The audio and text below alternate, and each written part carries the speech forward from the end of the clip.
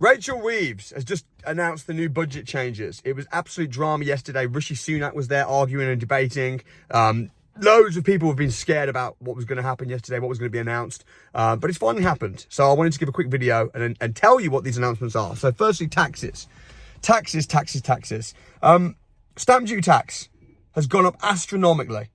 Previously, i.e. yesterday, if you bought a house as an investment property or second home for 150 grand, you would pay 4.5 grand in stamp duty tax. Now, in my opinion, that's a joke. Like 4.5 grand stamp duty tax on a 150 grand cheap house, that's a joke. Now, they've rocketed it up even more. It's now, the minimum rate previously was 3%. Obviously, it's a sliding scale. Now it's 5%. So now instead of paying 4.5 grand, you're going to pay 7.5 grand.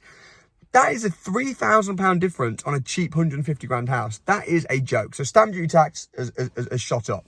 It doesn't really affect me too much because I rarely pay stamp duty tax anyway. But that's gonna really hurt a lot of people, and it's gonna put people off wanting to buy properties in general. I've got some figures here actually. If you're buying a house for 250 grand, which is more normal price, you're gonna pay 12.5 grand stamp duty tax now. That's just a joke. I mean, if you're buying a house for 3 million, which I bought my house for 3 million, now you know how much stamp duty tax you're going to pay? This is ridiculous. £3 million house, £421,000 in stamp duty tax. I mean, so that's the big thing. That's the thing everyone's talking about. Fortunately, the good news is there was no other real taxes that are going to probably affect you or me. I mean, there's the national insurance thing, which is going to affect me by about £50,000 a year. On average, about £1,000 per employee. But if you've not got lots of employees, that's not really something to worry about too much. Then there's some taxes for rich people and people that own a lot of agricultural land. Namely, if you've got a private jet, inheritance tax on agricultural land. So there's been a few changes there, but what's going to affect you and me generally doing rent to rent, HMOs, development, commercial to residential?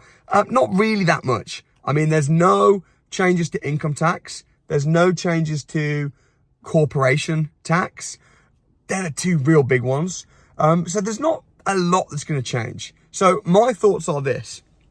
The stamp duty tax thing is a big one, right? That's going to upset a lot of people. However, if you're buying a commercial property, you're probably going to be exempt. I mean, up to £250,000, there's no tax at all on a commercial property.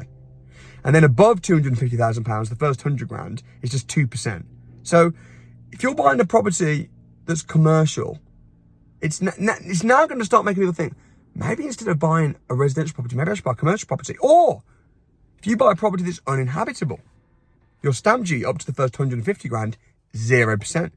And then above that, there's a very small sliding scale. So if you're buying a house for £250,000, 250 grand, you're going to pay, how much tax are you going to pay? For £250,000, you're going to pay 12.5 grand stamp duty tax. Bang, right? That's going to hurt. But if the property is uninhabitable, your stamp duty tax is going to be about 2 grand, which is almost nothing. So I think what's going to happen, my prediction, is that people are going to start thinking, actually, you know what? If I'm an uneducated landlord that's just buying a house, renting it out the normal way, they're kind of killing you. But if you're thinking, actually, maybe I can buy a house that's uninhabitable, a rundown house, I'm going to avoid my stamp duty taxes. Not only am I going to avoid my stamp duty taxes, it's just a smart thing to do anyway. Because now you can push the value up, refinance, get your money back. Basically, all the strategies that I do and you probably do and I teach, namely rent to rent, BRR, development, commercial to residential, flips, everything's good.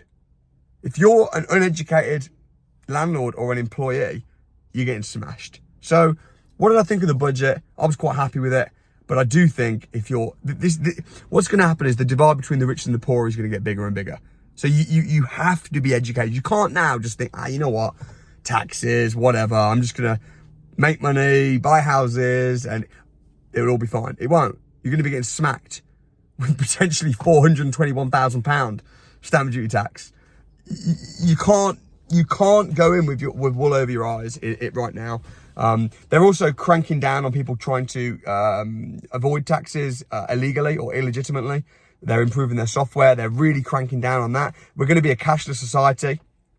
banks are closing down. So I think the key is to say, actually, you know what? Now more than ever, I need to get educated. Now more than ever, I need to know what I'm doing. I need to learn the rules of this game and play to win. Ultimately, the people that make the rules are the same people that make money in property. So I'm quite happy. I was quite relieved they didn't put up corporation tax. I knew they wouldn't. They didn't put up income tax. They fixed that. So generally speaking, I think it's actually good news. I'm very happy. Nothing major if you're educated. If you're uneducated, you're going to get blasted. So get educated. If you want to come and spend some time with me learning about property, I'm going to be at the next Property Investors Crash Course. I'm going to be going over in more detail how to utilize the strategies that work currently in a Labour government in 2024. So come on down, come join me at the Crash Course. Tickets are £1. I'll leave a link in the description. And stay educated, stay wealthy, stay successful, and stay positive.